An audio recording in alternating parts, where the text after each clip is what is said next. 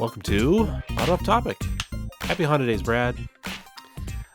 Yes, and a very merry Toyotathon to you. Thank you. 'Tis the season. Yes. I would just like to point out, actually, you know what? Never mind. We'll chat about it afterwards. All right. Unrelated to anything anybody cares about except for us. I mean, I believe that you celebrate Toyotathon.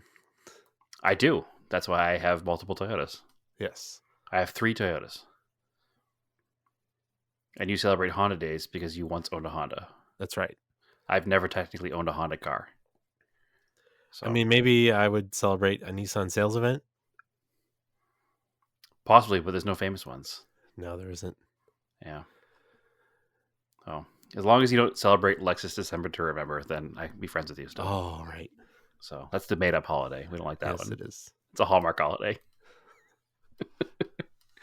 Anyway, yes, it is Christmas Eve, or non-denominational holiday Eve. I think it's Festivus.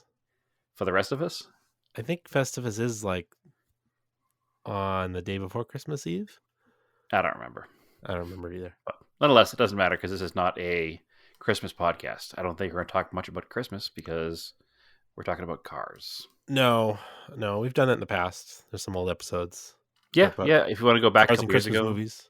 Cars and Christmas movies, car person Christmas gifts. I think we covered one episode. So there's definitely a few of them out. Oh yeah, we don't have any on-air gifts this time around. Nope. Maybe next week. Maybe. Actually, next week I'll be there, so we can definitely make something happen then.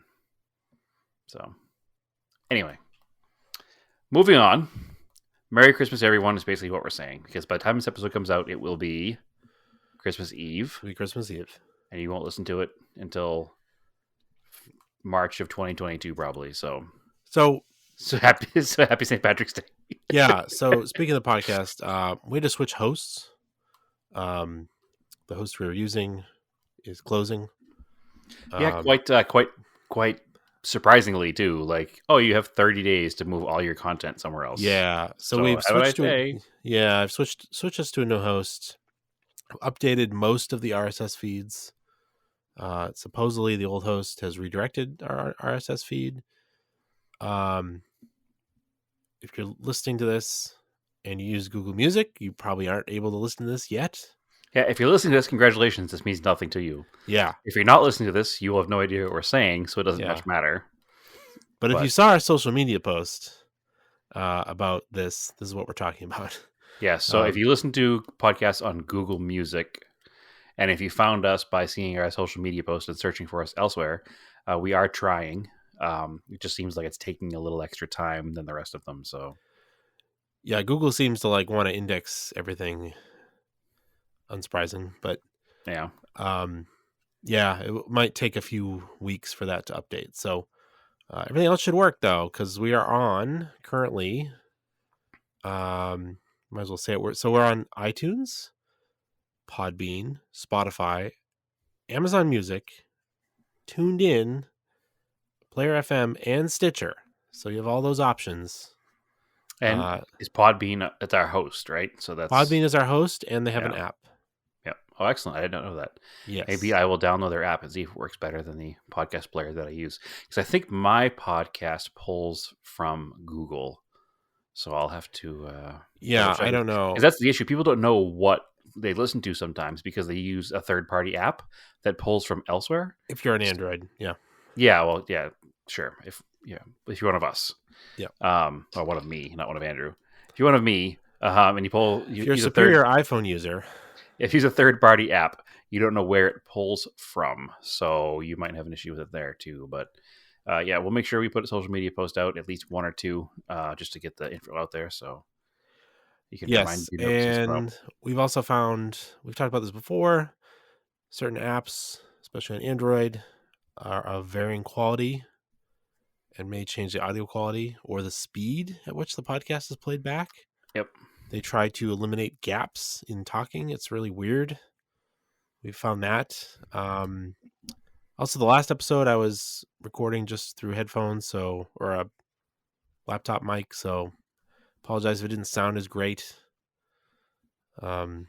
This one should sound a lot better because we're in my normal setup here. I mean, it's still the same bunk information we always chat through, but just It is. better high quality sound. Yeah, you didn't miss anything. Yeah. Um, I know a couple people had issues last week with my volume level.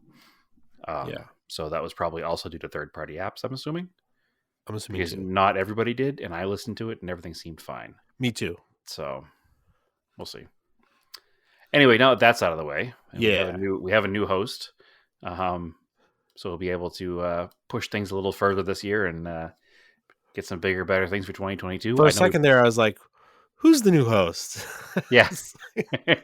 Andrew, Am I- sorry. Thanks for switching us over, but you're out. No, just forgot. no new host. I think we went for almost most of 2021 with like maybe 2 or 3 guests. So Yeah. we need to make sure we're going to get back on top of that for next year. 2021 was such a weird year 2 of everything going on in the world, and it's just time to kick it up a notch as far as the podcast goes and content goes. So we've made a, I guess, New Year's resolution to make sure we do more. Yeah. I'm sure if you go back to last December's episode, we said the same thing, but we're dead serious about it this time. I actually have merch in hand super serious that we're going to announce at some yes. point. Yeah, we have multiple things of merch in hand, Yeah. actually. Yeah, some stickers and some other stuff, and not our typical stickers, but some neat. I think the kids these days call them slaps. Sure. Yeah, that's what they call them. It's a bumper sticker. Yeah, well, that's how you define a bumper sticker in the internet world, because not everybody puts them on bumpers. They call them slaps. Oh, all right, yeah. all right. Yeah. I'm sure that reference is at least 5 years outdated, because, again, I am not a kid, so... Hey, fellow kids. Yeah, exactly. So anyway, now that a little bit of house cleaning is done, remember to follow us on Instagram at AutoOffTopic. Follow Andrew on Twitter on the Auto Off Topic podcast. I think it's called on Twitter, correct? Yep. And make sure that you review and like the episodes on your favorite app that you listen to them on.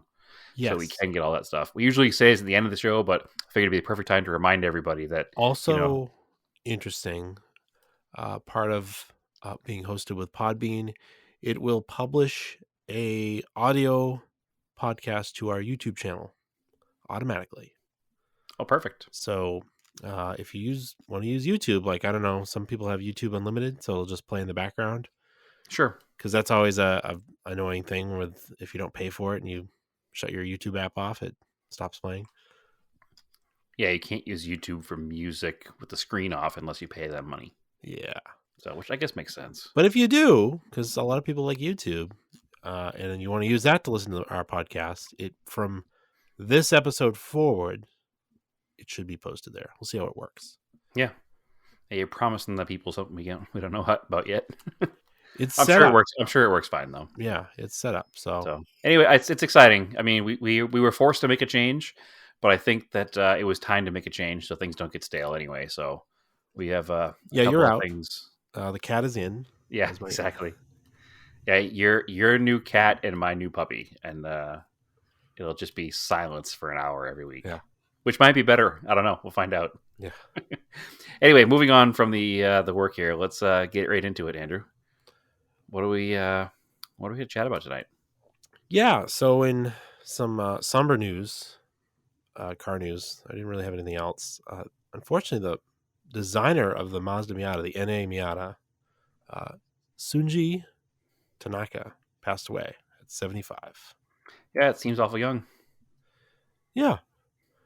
I didn't realize that they built... I knew they built a lot, but the numbers in the drive article that I looked at for NA Miata, so first gen 90 to 97, they built 430,000 of those cars. There's a lot of cars. It's a lot of cars. Huh. It's a pretty we were actually having a conversation car. at work today. Yeah. We were kind of having a conversation at work today, discussing what the most raced car is.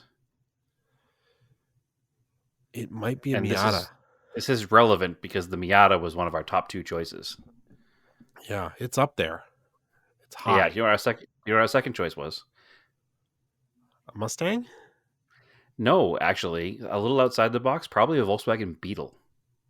Oh yeah, yeah, yeah. Because They're they've been they, used in rally racing. They do yeah, Baja stuff. They do desert racing. A lot of them been cut into rails. yeah. They built a Um, lot of them. and they built so many of them, and they've been doing it for so many years. You know, it was kind of like we couldn't decide. And there's no obviously there's no fact like this is how many race car Miatas there are, and this is how many race car Beetles there are. I This couldn't reminds me. That's good. You go on. I couldn't find exact numbers of where how many there were, obviously, but I mean, they made tons of Beetles and tons of Miatas, and between spec Miatas and autocross Miatas and just everything that's been done with Miatas, and then everything that's been done with Beetles, we figured those are probably a pretty safe bet. Those are the two top most raced vehicles in the world. This reminds me. I have a trivia question for you. You don't have to answer it now. You can think about it No and thinking. answer at the end of the episode. I gotta go right now. You want to go right now? Yeah, just go for it. All right. The last, what was the last car sold in the United States with drum brakes on the front wheels? Well, I want to say based on this conversation that the Beetle was probably the second one, because if it was the Beetle, this would be a very obvious answer. Unless it was the Beetle, and that's why you remembered it. So now, I did. I totally ruined my trivia. okay, so it was the Beetle. It's a 79 Super Beetle. Yes. So the car my mom has. Yep. The last car sold in the United States with drum brakes on the front axle. That's interesting. Yeah. I would have thought that maybe. And the car is not power assisted. Yeah, it doesn't weigh anything either, so that helps. But I would have assumed that it was a truck. Like some super base model, like Chevy Silverado or something. Yeah. But that's also a truck. Yeah, so that's what I mean. It would have been a Silverado or something like that. So what I would have answered had we not blown the trivia by being reminded by talking about Volkswagens, I would have said, a very base model, like early 80s Chevy or Ford pickup. Yeah. So that would have been my guess. So I would have been wrong, but because of the way the question was asked, I knew the answer right away. So yeah, that's pretty late for drum brakes in the front. Yeah. I know that late 60s, it was still pretty commonplace. And then it was a big selling point through the mid 70s that cars would have, front disc brakes. In fact, there used to be some cars that would have, a call out on the trunk lid that said disc brakes, just as it was such a novel idea at the time. My dad actually has a conversion kit for it. We haven't put on yet to convert the fronts to disc brakes. I don't know what it uses, like what calipers they are, but they probably off later model Volkswagens. Yeah, because they kept making the Beetle after '79. Yeah, and I'm sure there was disc brakes offered after that. So it's probably something like that. I'm assuming it might not be. Yeah, that shouldn't be a too difficult one. It's a bolt-on thing, right? Yep. Yeah, so that shouldn't be too bad. That's neat. Good trivia. Would have been good trivia. Only okay trivia now. Yeah. I think what's more surprising than that is the fact that you can still buy new cars with drum brakes in the back. I think it's a matter of it's just inexpensive. Yeah, but I wouldn't think it would. I don't think it would be inexpensive to still be creating and making drum brake systems for new cars when disc brakes have been the thing for so long now. But what do I know? I know my mom's 05 Honda had drum rear. So yeah, I mean, if you got to integrate a parking brake, it's easier with drum brakes. Yeah, possibly. Because you're gonna either have the parking brake through the caliper, or have the parking brake inside a drum brake inside of the disc. So yeah, and I guess it's generally on the rear wheels unless you're talking about a 80s Saab 900. So yeah, weird front drum brakes. I mean front e-brake calipers. Mm-hmm. Speaking of Saabs, yeah, much exciting news. My old Saab is now fully repaired and registered and insured and everything. So the plan is that next time you hear this podcast, I will be driving that car. So it's in Massachusetts and I am not. But when I go out there, we're going to be using the car and if all goes according to plan, driving it home. So that is good. Yeah. Speaking of Christmas movies. That's that body style is in National Lampoon's Christmas Vacation. That's Todd and Margot's car. The Neighbors? Yep. Huh. I don't remember that. I don't think they. I think they show it just real quick when they pull up, and he's got the tree. Okay, just parked in the driveway. Yeah, where are you gonna put that tree, Griswold? Yeah, Bend over, and I'll show you. I haven't watched that yet this year. I was watching it before the podcast. Yeah, apparently you're very fresh on the. I don't know, Margot. Oh, interesting. Yep. I just went to look it up real quick, and Internet Movie Car Database seems to be gone. Oh. All right. So you'll be driving the Saab around. I will be, hopefully, theoretically, driving it back cross country. The other thought, which is going to depend on a few things, is the Saab may be for sale in a few days when I get there. So we'll see what happens. So Yeah. So it what? is, Why would it be for sale? just because I don't really need it out here. I just put a bunch of money into it to make it so that it's like done and finished and running and driving. So it's at like peak car right now. Yeah. Like it's not going to get any better. It's got brand new brakes, axles, wheel bearings, alternator, fully clean, detailed battery. Like it's ready to go. So if I were to sell it, it wouldn't be a bad time to sell it right now. Right. It would certainly be a a good buy for somebody right now because it's a turnkey, ready to go car, and it has 2 sets of tires, snows and all seasons. So it'd be a perfect car to sell in New England right now. And if I do sell it in New England, then we would just obviously hop on an airplane to come home. Right. Because I've decided I don't need the car. The plan was going to be to use it as alternate transportation once I get rid of my Volkswagen, which we'll talk about in a minute too, is currently pretty much not moving. So, so I was going to do that, and then I decided that I was going to buy this other project car, which we'll talk about in a minute as well. And it seems to be that car might wind up being a daily out here instead of the Saab. So we'll see what happens. But so I theoretically do not need the car. Worst case scenario, I can sell it when I get back here, or I can just drive it when I get back here, or who knows what's going to happen. But in the meantime, the car might be for sale. So if you're in the market for a actually pretty clean, very solid, very reliable Saab 9000, I will have one for sale pretty soon. Probably going to put it in the market somewhere around $4,500, $5,000. So It was on the market for $1,000 for a while when it needed parts, but y'all missed out. So now it's running and driving, and that's the going rate for a decent Saab. If it was a 5-speed, it'd be a $9,000 car. So buy it, swap it, and sell it for $9,000, right? Right. But anyway, yeah. So the Saab will be potentially on the market. We're going to have to figure it out for soon. But the good news is that it runs, it drives, and according to my dad, it runs and drives great. So I sent him some plates, and he's been driving it around a little bit. And like I said, it's got 4 new calipers, new pads all around, new rotors all around, new wheel bearings, new axles, new alternator, battery. Yeah, it doesn't need much of anything. It needs a fan speed controller, which is in the shipping world somewhere of 2021. So I don't know when I'm going to have that. But what, for the blower motor? Yeah, the blower motor. Oh, it works. okay. It works on like hurricane speed or off. Yeah. It doesn't work on the low speeds. So it's $120. There's one somewhere out in the shipping world, but it just hasn't gotten there yet. Yeah. That's a lot for a resistor.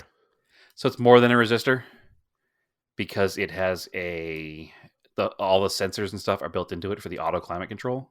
Oh, it's got that stuff. So that's why it's more money. The base model 9000 has a standard resistor and it's like $17. But because this is a CSE, which is the top of the line luxury model, yeah, it's has the auto climate control, but the base models don't. So there's only one level of 9000 above this one, and it's not a luxury version. It's the Aero, which is the slightly sportier version. But this is the top of the line of the luxury cars. So CSE Turbo is like the 9000 Aero is like the 850R, and this would be like the Yeah. 850 GLT. Like, it's kind of the comparison I'd make with it. So Yeah. anyway, so yeah, that's the neat thing. There'll definitely be some Saab pictures coming soon, at least. Hopefully, no Saab stories. Nope. Groaning. Nope, no. Okay. Wah, wah, wah, wah. Yeah. So the other news, I guess I might as well move into it, right? Yeah, go for it. The Volkswagen barely moves. Huh. So we've chatted about this a few times in the past that my clutch started making noise, and it was the dual mass flywheel that was making clunking sounds. Yeah. So the dual mass flywheel making clunking sounds has decided to pretty much take out the throwout bearing. Oh. Yes, so the car does not go in and out of gear anymore. Hmm. Sometimes it works just fine, and sometimes it does not. So I was driving home from work the other day on the interstate, and it was pretty heavy traffic. This is on Monday. Today's Thursday. And I would put the clutch all the way in and sit there, in traffic, stopped, and I started smelling clutch material. Ooh. I was like, oh, that's not good. So I hit the gas with the clutch all the way in, and the car like lurched forward. I was like, oh, that's not good. So I went to pull it out of gear, and I couldn't pull it out of gear because the clutch was not disengaged. So I was like, oh, that's not good. So I had to do like the jam it out of gear kind of deal. Managed to get off the highway and got it home somehow. I'm still not sure how I got it home. I think it was just at that point where it was engaged, disengaged just enough so it worked enough to move, but it didn't work enough to not grind the transmissions, so I don't want to do that. So the car is currently parked. I probably should have fixed it when it first started making noise, because then it would be all set and ready, but I just didn't do it because other priorities and holiday months and all that. Hey, you're waiting on baloney. parts. Yeah, so it didn't get done. I'm going to be doing a trip to Massachusetts, and then I'll come back, and that will be the first weekend back here's project, is to slap the clutch and flywheel in that. So I say slap it in, but it won't be easy. It won't be fun. But since the car was broken, I decided what better time than to buy another car. Sure. Right? I mean, it's nothing if not on brand, right? Yeah. I mean, this sounds like your old moves again. So I thought so as well, and I was a little upset at myself. I think I talked about it quickly that I was bidding on a car on an auction site. Yeah. And I put myself in like a hard number I wasn't going to go beyond. I don't think you did, right? By $50. Okay. So I'm still mad at myself, kind of, but not. So I love Cressidas. First step to admitting you have a problem first step to fixing a problem is to admit you have a problem, right? So I love Cressidas. I don't know why I love Cressidas. I've always loved them since I ever got that one years ago. They've always been kind of neat cars. They're inline sixes. They're luxury cars. They're the most Japanese sedan that we ever really got from a Japanese manufacturer. I think this and the Q45 have the most like Japanese-ness to them, if that's a word. J30 too. Yeah, J30. But I'd say those three cars are the most like Japanese cars we got. They have all the weird little like high-tech things at the time. What about that Mazda? Yeah, that was a good one too. 929? Yeah, the 929 with the swinging air vents. Yep. Yeah. So I guess. All right, 4. We'll give you 4. We'll give the 4. Yeah. So I guess it's just the highest end cars of the 80s and 90s were the most Japanese cars we ever got. And this is Toyota's version of it. They weren't really Americanized much at this point. They didn't change much.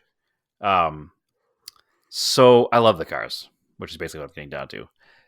This thing was for sale on an auction site, on a no reserve auction. It was dirt cheap. I put a bid in at $600 with their $450 buyer's premium, which I'm trying to get some refunded. We'll get to that in a minute. That put me in at $1,050. My Yeah. hard limit was $1,000, but there was no way to put a bid in without going over 1,000 because of that stupid $450 Yeah. minimum buyer's premium, which is $200 more than most. So Yeah, it is. anyway, so I put the bid in for $600, which put me at $1,050, and I said it doesn't matter what happens. I'm not going to put a bid in for $700 because it was also $100 increments were the minimum bids you could make. I said, so if somebody else outbids me, that's fine. I'm not going to lose any sleep over it. I don't need this thing. I just simply want this thing. So I think I want this thing. So nobody outbid me. So now the auction ends and immediate buyer's remorse. Okay, now I have this car that's in New Mexico, 5 hours away, and I have to pick it up. It's kind of a pain in the ass. So whatever, I put the bid in. I need to honor it, right? I need to buy the car. The auction company already took the $450 off my credit card, so it is what it is. Yeah, you might as well go get the car. Might as well go get the car. So this is on a Thursday. 24 hours go by. I have heard from the auction company, but I have not heard from the seller of the car. So now I'm thinking, all right, maybe I didn't buy a car. Maybe this guy's got mad that it only bid to $600 and he doesn't want to let it go. More time goes by, and I'm like, well, I'm just going to reach out to the auction company because I've already, at this point, the way this particular auction company works, they email you the seller's information once your credit card has been charged for their buyer's premium. Right. And then their account representative sends a text message to you and to the seller in like a group chat to get you in communication with each other. So I responded to the email with his email address. I responded to the text message. And I never heard anything. So I called the auction company and they said, well, give us a minute. Let's try to see if we can get a hold of him. Because obviously they have other phone numbers to get a hold of this guy. So they get a hold of him. It turns out that his phone is not a cell phone, which is why the text message is not working. Yep. And he does not have any internet access at his home. So he also doesn't have my email. So I'm like, all right, well, this guy's 100 because there's no other reason for this. So the lady from the auction company calls me back and says, listen, he's going to be calling you from a 505 number. That's his New Mexico house number. And he'll be able to talk to you that way. So I was like, all right, cool. So I get a phone call from that 505 number. This is now... How do you get the car on an auction site? And how is it not in the newspaper? So this car was advertised in many places, it turns out. Okay. We'll get to that part of the story in a few. It took an auction site taking $450 from somebody to convince somebody to drive out to this guy's house to get it. Let's put it that way. So he calls me, and I was like, oh, hey, what's going on? It's been more than 24 hours. I was getting nervous that you didn't want to sell the car. And he's like, I don't know how this auction stuff works. I was like, oh, okay. He's like, I don't have any internet in my house. He's like, I don't have a cell phone service at my house, so I got nothing. I was like, oh, okay. Well, what do you want to do? Can I come look at this thing? Can I come pick this thing up? Like, what's the deal? Now, at this point, it's Friday at, I don't know, 5:30. 5 o'clock. It's pretty late in the day on Friday. My original plan when I won the car on a Thursday was I'll just take Saturday, drive out there and get it and come back because it shows 5 hours away. So he's like, well, I can do Sunday. I'm like, all right, fine. I'll make it work on Sunday. So now I get all excited. I log back into my computer and I go to the site where they were selling the car. And when I was bidding on the car, I searched Pine Hill, which is the place in New Mexico this gentleman lived. And it said that it was 5 hours and like 15 minutes door to door to the center of Pine Hill from my house. So now I go back in, I pull the auction listing back up, and I get the Pine Hill on there, and I type it in, Pine space Hill, and it comes up to 10 hours away. What? Now my brain is like, wait a second. So I pull out my phone, and I put it on my phone, 10 hours. And I'm like, oh, I don't have time. I can't do 10 hours each way on a Sunday and not die of exhaustion somewhere in the desert. Like, that's just not going to happen. Also, that means that's another 300 miles. That's double the distance. That's double the fuel. Now it's going to cost me like $400 or $500 in fuel to get this stupid car. This is annoying now. Now I don't want it. What am I going to do? So I'm all annoyed on Friday night, and I'm immediate seller's regret because now I have this ridiculous trip ahead of me. I go home. I'm all annoyed, talking to Naomi about it. She's like, well, why don't you just leave Saturday night and stay overnight somewhere? Like, go like as far as like Albuquerque, which is like an 8-hour drive from here. Then wake up early Sunday morning, get the car, and drive home. I'm like, because now not only does it cost me extra money in fuel, now we're adding like dinner and hotels to this event, which is what I was trying not to do. So now this $1,000 car is going to wind up costing me $2,000, which I don't want. I was hoping to be all in for like $1,200. So I'm all annoyed, but the next morning I wake up. It's Saturday, so you know what? Screw it. I'm going to 4 till 4, which is the coffee shop thing here in town, the Cars and Coffee. I went there with our friend Chris, Angry Bird GTI on the Instagram, and went there, walked around there for a while. Wound up being there till about noontime, which is pretty late for a Cars and Coffee out here. But I was talking to another friend of ours who's got a Celica, and we were talking about his car and other cars, and I was telling him like tales of woe with this Cressida. And while we're talking, I get a text message from the seller. He must have gone into like the downtown area because now he has cell phone coverage. The text message gives me his exact address and zip code. So I'm like, all right, I'll put it in. I put it in. It's 5 hours. I'm like, what is happening? So now I'm excited, but cautiously excited because I don't know what's going on with these addresses. So I do a bunch more digging. It turns out that in New Mexico, there is a Pine Hill and a Pine Hill. So like Pine Space Hill and then Pine Hill, one word? Yes. The listing on the car on the auction site says Pine Space Hill, which is 10 hours away.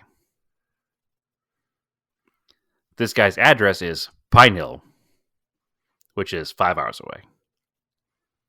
Much more reasonable. And now I'm not upset. So now, because it's much closer, I'm like, I'm going to get somebody to go with me and just make this trip a little easier. And I had already been talking to our friend Ron LP on the Instagram with the Starion. And he couldn't go on Saturday. But when I didn't go on Saturday, asked if I was going on Sunday. And now that it was only 10 hours, I was like, absolutely, Ron, you're going with me. Because you don't want to just drive 10 hours round trip with nobody to some strange place with cash to buy a car, right? It helps to have somebody with you. And Naomi had volunteered to go with me. But I also knew that it was the weekend before Christmas. And she had a lot she wanted to get done, for our own Christmas celebration stuff. So it was much better to go with Ron and let her do her thing on Sunday. Better Ron than me. Well, if you lived closer, you would have been there. And you would have enjoyed it just as much. We all would have gone. The trip went fairly well. I borrowed Naomi's brother's truck. He's got a 2017, maybe 2016 Dodge Ram 2500 Cummins diesel. And I borrowed Jordan's trailer. So there was no cost involved there except for fuel. So that was good. Speaking of fuel, the Dodge Ram truck is a diesel.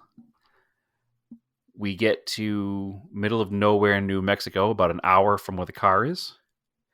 And we last fuel station in town. We get like a quarter of a tank.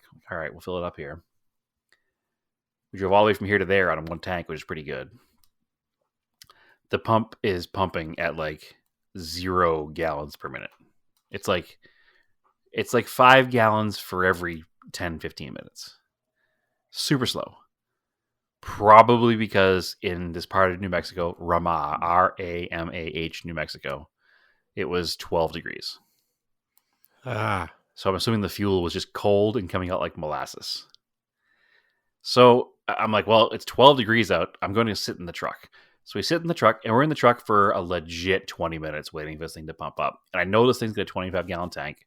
And I look out at the thing, and it's got like 22 gallons. I'm like, all right, well, it must be almost full. And I look out, it's 24 gallons. I'm like, all right, it must be almost full. And I'm like, I thought it was a 25-gallon tank, and I still had a quarter of a tank. So I open the door, and there's just diesel fuel pouring down the side of the truck. Huh. Probably at $4 and something a gallon, probably $20+ in diesel fuel on the ground. Oh, Yeah. So the automatic shutoff didn't work. Probably, and this is my theory, that stuck. it was going so slow Yeah. that, you know how you can like trick it into pumping a little more if you like pump it really slow. Yeah. I think it was tricked into pumping more. So now I've just thrown literally $20 of fuel on the ground. There's nobody around. The store is closed. It's like a speedway. It's on a reservation. There's nobody anywhere. There's just a couple of dogs, like stray dogs, wandering around. So I'm like, all right, well, I can literally do nothing about this.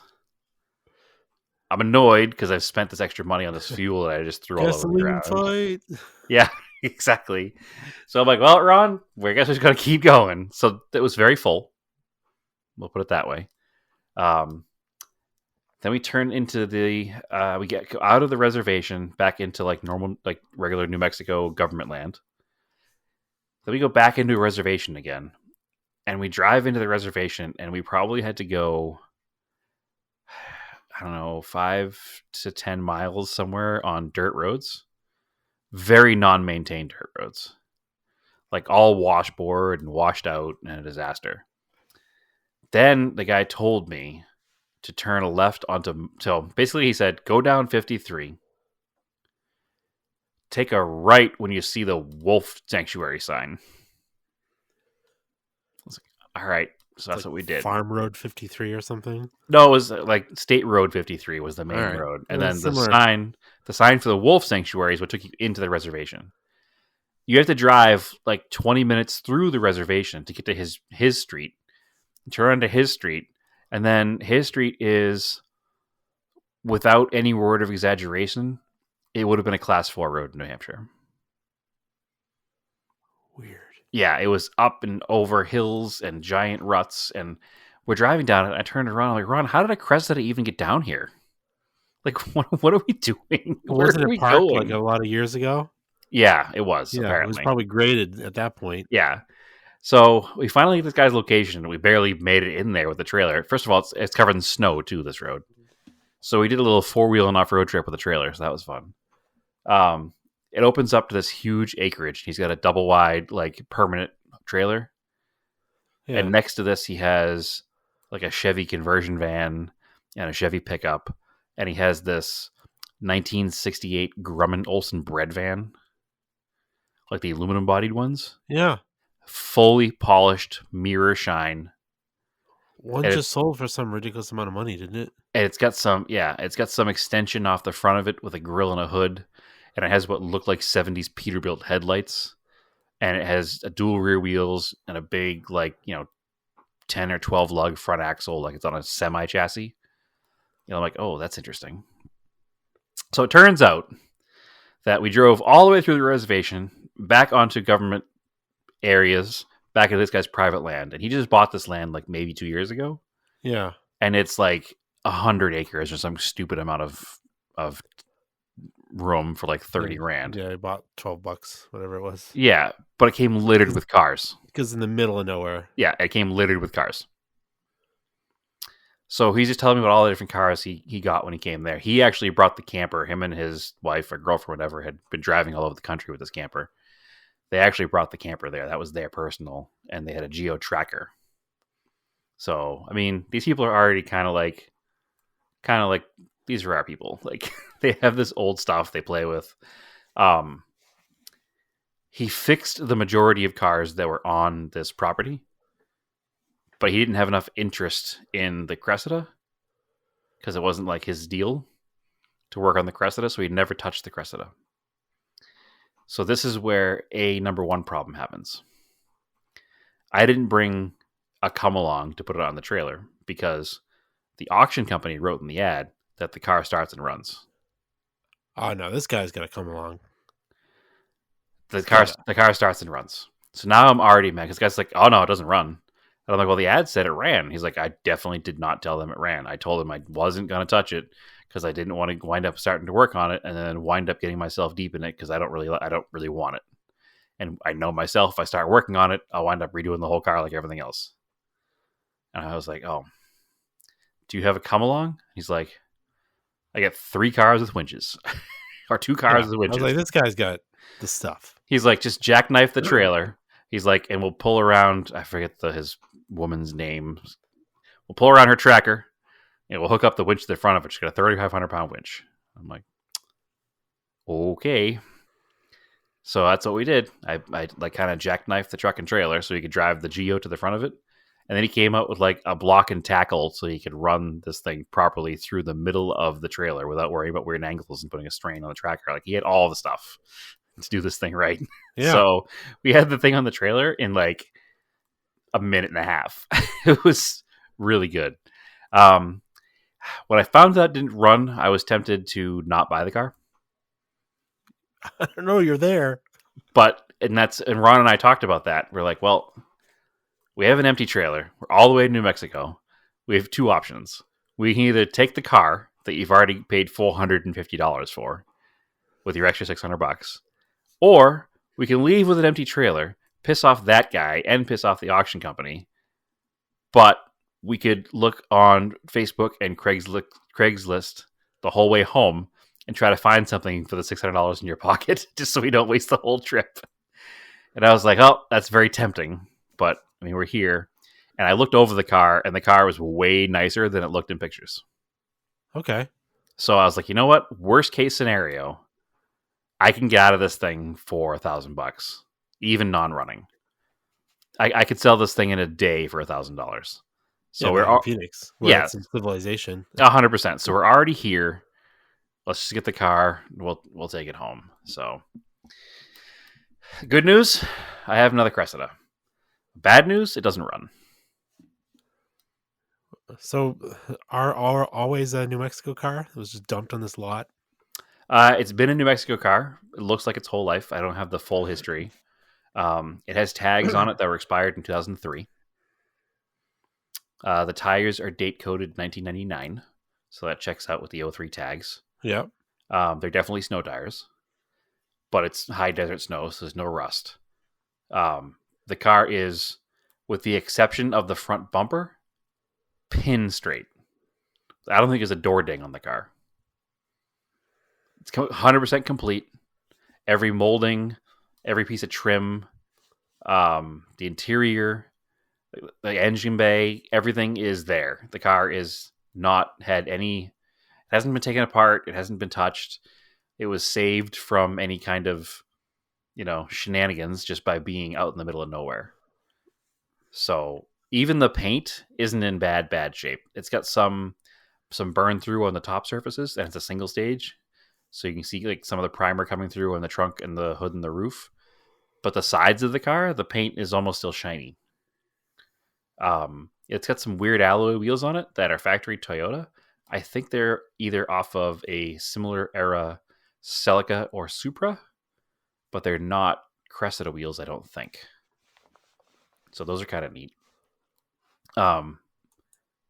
We rolled it out of the trailer. I rolled it off the trailer. The brakes work fine.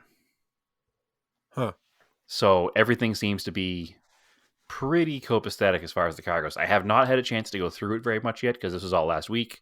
And again, this is the week leading up to Christmas, and it's been kind of a hectic time.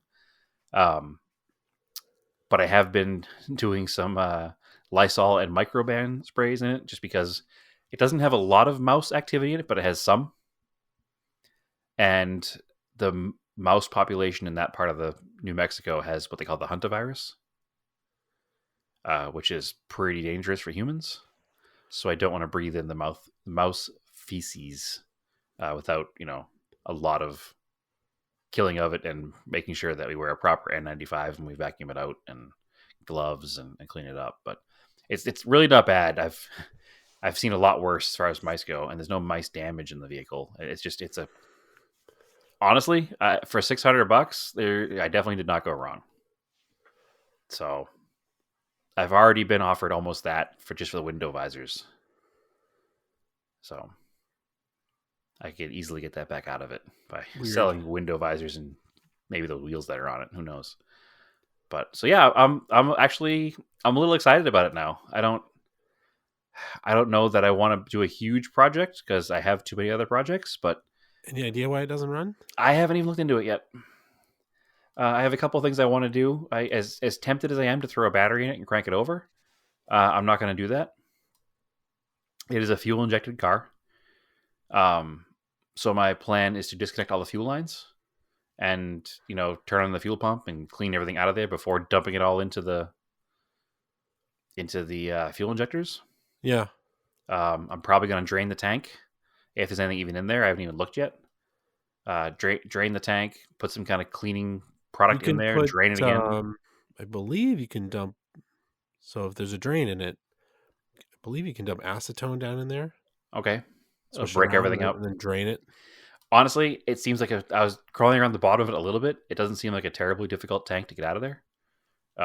So I may drop the tank before doing anything, and then just blow the lines backwards to clean them out. Because as tempted as I am to start this thing, I don't want to wind up making my project life harder doing that. So it's an interesting car. I've learned a bunch actually that I didn't even know about these particular Cressidas, which is surprising because I've been doing Cressida stuff for a long time. So this is 1981 Cressida. I think it's a base because it's a cloth interior. So what I didn't know is let me back up a little bit. I thought that there were 4 generations of Cressida in the States. There was, and I'm only going to use the sedan chassis codes. I'm not going to get into the wagons, but just the sedans. There was the 77 to 70 to 80, which is what my blue car is, which is chassis code MX32. Then the next generation, which is what this car is, I thought was MX63. And then the third gen, with the green one that I used to have, was MX73. And then the more rounded, kind of bubbly 90s one, late 80s, 90s one, was an MX83. So I mistakenly thought this car was an MX63. What I've learned is there was a split in that generation. So what my car is an MX62. So for 1981 and 1982, the Cressidas that came to the States were 5M GE powered, which is basically the 4M that's in my blue Cressida, but with a couple of changes and fuel injection. And they were solid rear axle through 82. And then in 83, they switched it to the MX63, which was a twin cam 5M GE. Oh, I just blew it. 5M something. Maybe mine's a 5ME. Yeah, mine's a 5ME, and the twin cam is a 5MGE. So they switched it to the MX63 with the twin cam engine, which was the same in the MX73s, which was my other car I used to have, and an independent rear suspension. So this is kind of an in-between car I did not know existed. So it makes it both simpler and also maybe, I don't know, is it less cool? I guess I don't really care about the rear axle. It doesn't matter to me. It doesn't need to be IRS. It's totally fine. It's not a race car. So it'd be simpler to lower this way anyway, right? On a weird camber. Yeah. But anyway, so it's a neat car. I'm not upset by it at all. I don't want to put a ton of money into it until I figure out what's happening with the engine. Worst case scenario, I've already done the top end on one of these cars before, so God forbid it has a blown head gasket. That's not a hard job. And it's $50 in parts. You already got a set of wheels that look good on it. Yeah. So the plan is to run. I still want to run those Enkis on the blue car, and then take the blue. They look good on this car because the gold. Yeah, I plan on painting them silver for the other car. Yeah. Well, I guess I could run them right now because they kind of fit. They kind of fit the patina of the car. Yeah. I was gonna put the other Cressida wheels on this car. You don't even have to restore them really. Just clean them up a little bit. Yeah, maybe do that temporarily anyway. Yeah. So, but yeah, I think it'll be neat. I was looking up suspension stuff today as far as lowering it, just because you gotta have to, because they look cooler that way. And the whole suspension setup is sub $1,000, so shouldn't be a big deal to do it. And again, not till I get it running and running well. So, but yeah, I'm excited. Do I need another Cressida? No. Does it matter? it's so cheap it almost doesn't matter. You know what I mean? Like I remember at one point in my life I spent $1,000 on a television. So what's $1,000 on a whole car, right? Sure. So, and like I said, the beauty of it is I can get out of it for what I'm into it without even trying hard. You know, I've pretty much almost been offered already. So if I do want to get out of it, it's not a big deal. So it didn't hurt me anyway, anything to do it. Big thanks to Ron for riding out with me. It made the trip go by pretty quickly. You know, we talked about it before that for us, like a 4 or 5 hour trip doesn't feel like anything anymore because we've done so many cross country events that this is nothing. But it wasn't bad. I will say that new diesel trucks are a bit ridiculous. You don't even know you're towing a trailer. Number one, it's barely even there. This is it's a top of the line truck, whatever the Bighorn. Maybe it's one step below Bighorn, but it's got heated, cooled seats and a heated steering wheel and the big stereo system, whatever brand it is that Dodge has, and it's the Ram Midhorn. Midhorn, yeah. It also has what I thought was cool. It has the trailer mode, obviously, like even my old diesel had, but it has a factory engine brake, like a Jake brake. Yep. In the pickup trucks. I haven't driven a new Apparently. enough truck to know that was a thing, but coming down the hills back into Phoenix, the mountain pass is kind of windy and downhill, and I was able to turn that on and barely use the brakes. It was very nice. Yeah. So I dug that a lot. It wasn't even that loud. It wasn't like a straight piped 18-wheeler. It No. didn't make a ton of noise, and it was a pretty comfortable truck the whole trip there and back. And I still can't justify the price of one of these trucks, but it was definitely a very nice truck to be in. So I rode pretty harsh before I put the car in the trailer, but other than that, it was great. So highly recommended if you could afford one. I don't know about longevity of Dodges and stuff, but it seemed to be a good car.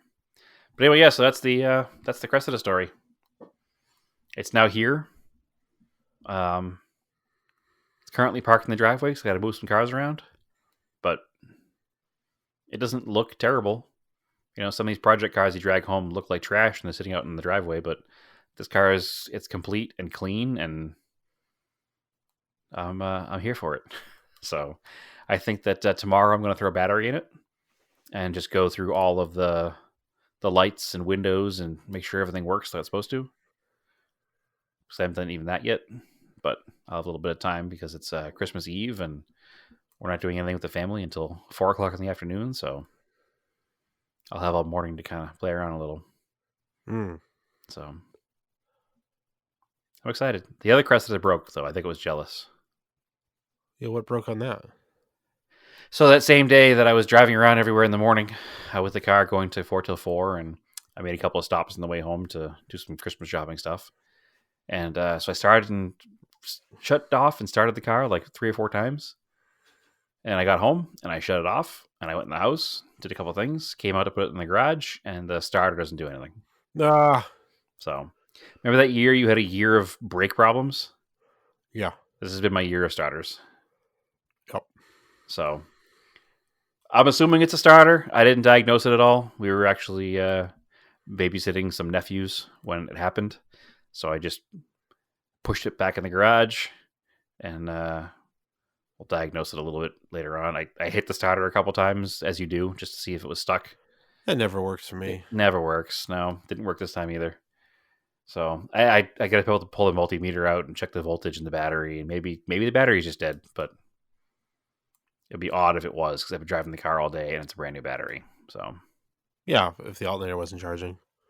The alternator was charging. I didn't get any lights or anything, so yeah, it's probably the starter. It's more than starters likely the starter. Go like they don't really make noise. They just go.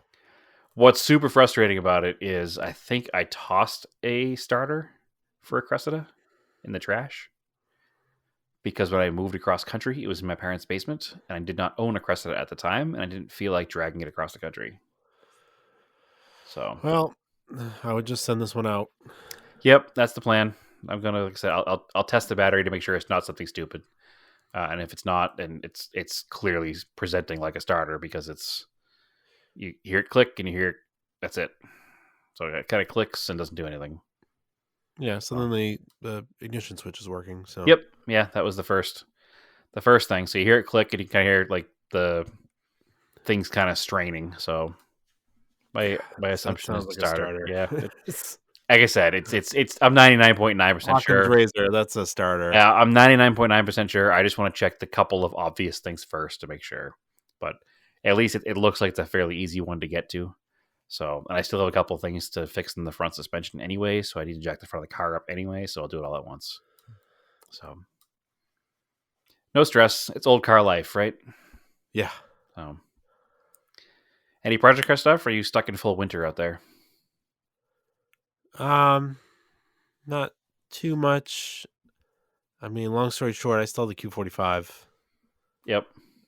Didn't sell. So uh, it did have a brake pulsation, and I had ordered brakes to swap them for the buyer because he was concerned about it. I was like, that's fair enough. I should have swapped them before I sold it.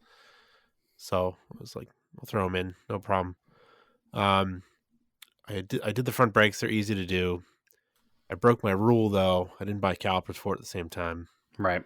One of the calipers was slightly seized, so I Wah, had to wah, wait wah. like a week while I was away for work and also waiting for the parts to come in. So now it's got new front brakes, power stops. Actually, not slotted or anything, but that was like the brand on Rock Auto that they had, and Sure. then some new calipers. So, Excellent. um, yeah, it wasn't like we didn't really have an issue stopping. It just had a pulsation, probably because that one had seized and warped the rotor Yeah, which on is the usually, on the again, passenger side. Yeah, something you probably should have thought about beforehand, but it is what it is. yeah. Sometimes you just get seized, like you don't get seized. Sometimes you just get warped rotors. Yep. Like I have the Galant has warped rotors, but the calipers are new. Sure. Like sometimes they just warp. It's just happens. But The action of heat and cooling cycles. um, I threw a fuel filter in it just to make sure, but it already had a new one. It was fine. Excellent. Well, the good news is, again, I don't want to get too deep into the weeds of this car, but the good news is that everything this guy claimed was wrong with the car, we're going to be able to prove that he was not true about. So, Yeah. and you're actually Um, taking it the next step to make it even nicer for the next time it goes for sale. But right now, you're deciding to hold on to it for a little bit and just drive it. I would hold on for a little bit. Yeah. I was thinking about I don't know, throwing on Haggerty Drive Share or something. See what happens. Yeah. No, it just seems like the guy who bought it probably got some cold feet and had a little bit of buyer's remorse, and unfortunately used the platform to say some things that aren't 100% true, and we're gonna have to disprove just because it's out there now, But the good news is we can. So Yeah, the turn signal was broken. I epoxied it, but sure, apparently didn't hold. which is fine. That's So legitimate. I don't know what else you would do. I can't find a used one anywhere. Yep, So that the legit repair was to epoxy it with. sure. I I It tried to didn't. use It didn't JB look. plastic weld. It didn't look bad. No, but it didn't hold either. So Yep. there is that guy local that's like Perfection Plastics. I was thinking about messaging him, maybe sending it to him, see if he can melt it back together, whatever he does to repair plastics. Have you tried any of the 2-part like auto body stuff yet? I use JB plastic weld. I haven't used that stuff yet, but there's some. I'll remind me when we're out there. We'll go to the auto body It's supply like store really and pick weird some up. FRP type plastic. And I Yeah, think it's really common for them to break, and that's why they're so hard to find. yeah. So Well, if somebody can repair this one, then that would be ideal. there's some auto body grade stuff that's like unstickable. Um, Even better than the plastic weld stuff. Because the problem with the plastic weld is that the glue bond itself isn't super strong. It's supposed to melt the plastics together. Yeah, So if the plastics aren't the exact chemical composition that product works with, it doesn't yeah, always work perfectly. I know my father has some of the stuff at his house that he's used before. Some like crazy 2-part glue that, I mean, literally manufacturers use glue to put quarter panels in cars now. So Yeah. there's some pretty strong glues out there that we can probably make work. So it's kind of like trying to use model car glue on something. It's not a model car. Like it's Yeah. designed to melt the plastic together, and if it's a different kind of plastic, it ain't gonna work. Yeah. So that's probably what it was. We just need something that's an actual 2-part epoxy that gets real hard and becomes its own glue. So, but anyway, we'll get that fixed. No big deal. Oh, I did order some like nuts and bolts for the back of the G20 Okay, for the suspension because I have new suspension parts. So there was one control arm that was rotted that I replaced last summer. So correct. that I I knew remember that. it was gonna break. Yep. But the other ones were okay. But I bought all of them. But um, luckily the side I had to do so it looks just like a Subaru with the long bolt through the knuckle and the two control arms. Luckily, the one side I needed to fix came apart without too much trouble. But the other side is definitely seized. So I just ordered all the hardware, all the alignment bolts, so I can take those off and replace all the arms. And at the same time, I'll take the knuckle out on the driver's side, and that's when I can work on getting the ABS sensor out. Yep. It'll I be out still of the need to car order anyway. yeah, I need to order that ABS sensor, but I'm waiting until the spring because the Right. car's just sitting all winter. Right. So to do that, I bought. My dad knows this. I bought for the two of us for our Christmas present because it's hard to buy for the two of us. Sure. A induction bolt heater. Okay. That's the coil thing, right? Yeah, it's called the. I think it's kind of silly. It's called like the Nut Buster or something silly. It's Yeah, of course.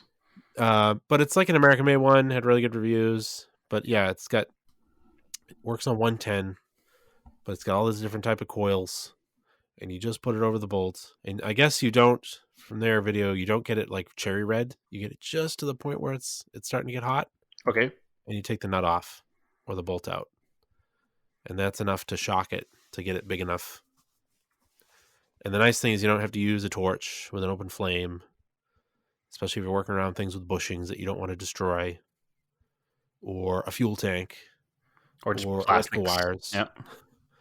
Um, so that should be pretty cool for the occasional rusty stuff. Although Yeah, I've seen that. I'm pretty lucky with bolts, but I've seen that used in conjunction with the like the freeze off spray. yeah, Like you get hot, then instantly cool it, and get it hot and instantly cool it. And a lot of times the helps break it free too. yeah. So that should be pretty interesting. Um, and then it's cool because it's got a bunch of different attachments. It has one that's like a flat pad that you could use to like take off emblems and stuff. Okay, Yeah. that's neat. And then just watching it work, it's like literally seconds, and the bolt is like hot. Yeah, I don't know exactly how they work, other than I mean, induction is obviously it transfers heat through it somehow. But I know Yeah, it's electromagnetic, I think. I've seen them in action, and I know they work pretty well. So that's a good tool, I mean, as especially far living as in New like the England. size and like I know people that have like acetylene torches in their garage. It's like you got to have that tank and you got to have it filled up and you got to have it strapped to the cart and all this stuff. And you can only use it in certain places because it's literally the size of it is, the torch handle's big and then the flame. It's like you can only use it on certain things Right? because you don't want to burn your car down. Did you get the Bolt Buster? Is that what it's called? I think it's called Bolt Buster. Yeah. Yeah, yeah. That's the one I've seen used before. It's pretty neat. I Yeah. remember actually back when I bought that Audi 4000, they used this at the shop to do the alignment. Yeah. That's the thing. So if you got like a tie rod end that's stuck, they have a coil that it's like floppy. You can like wrap it around Yep. a tie rod end and then plug it in and do it. So a little expensive, but I think it'll be worth it because Listen, it's like, if it saves you 1 hour on every project, it's worth it. It's well, worth that's the twice thing. what it costs. If it saves you the time and then it saves you the destructive removal of something, Yeah. there's nothing worse than having to be destructive and ruining other parts Yeah, trying to get things apart, you wind up especially with breaking. older cars. You wind up breaking a knuckle trying to get the piece apart, and that knuckle's probably $500 even used. So Yeah, you've already saved. That's more than the tool cost. So exactly. totally worth it. Again, that's been the biggest improvement in my quote unquote mechanic life is making sure I have the right tool for the job. Right. It makes life easier. It makes life way easier. And if I could give one piece of advice to 16-year-old me, it would be don't buy these cheap garbage tools. Just get the right stuff at the right time. So makes life way easier. Proper pry bars are much better than flathead screwdrivers. That's right. So that's just the basic of it. Anything else? I don't think so, Andrew. I think I'm ready to wrap it up. It's been a solid hour, I think, a little over. All right, cool. Usually a good length. So, as always, well, we want to wish everyone a happy holidays and safe holidays. And if there ends up being some issues, we'll post about this. But with these episodes being posted to podcast providers, please be patient with us. It's part of the updating process. I hope there isn't much delay, but also, there is. Thank you for being patient with us because you've made this far. That means you found them. Yeah. But we're working on it. At the end of the day, we don't charge anything for this, so sometimes things get a little priorities. Sometimes get changed, unfortunately, but it is what it is. Yeah, we try our best. But per usual, you can follow us Auto Off Topic Podcast on Facebook, Auto Off Topic on Instagram, and it's autoofftopic.podbean.com is our current website. It's like it has all the podcast list on it. Yeah, and you can actually play from there. Yeah, it's like a landing page just for the podcast. Mm-hmm. So that's good. So it's autoofftopic.podbean.com. Yep. Cool. And Brad, where can they find you? As always, they can find me at the TSI SS350 name on Instagram. And I guess Brad DeSantis on Flickr, so you'll see all the pictures. Cool. Oh, yeah, I'm on Flickr too. It's but I'm also Racing Anger on there. Yep. Yeah, no, I'm not. I should make TSI SS350 a searchable term there too, but yeah. Usually if you see, no, that's not even true. I'm not going to say it. I was going to say if you see it on Instagram, it's probably there too, but it's not. No, not always. But there's different content there than there is on Instagram. There's usually more detailed content of the same things sometimes. So, all right. On that note, keep your cars analog and aim for the roses.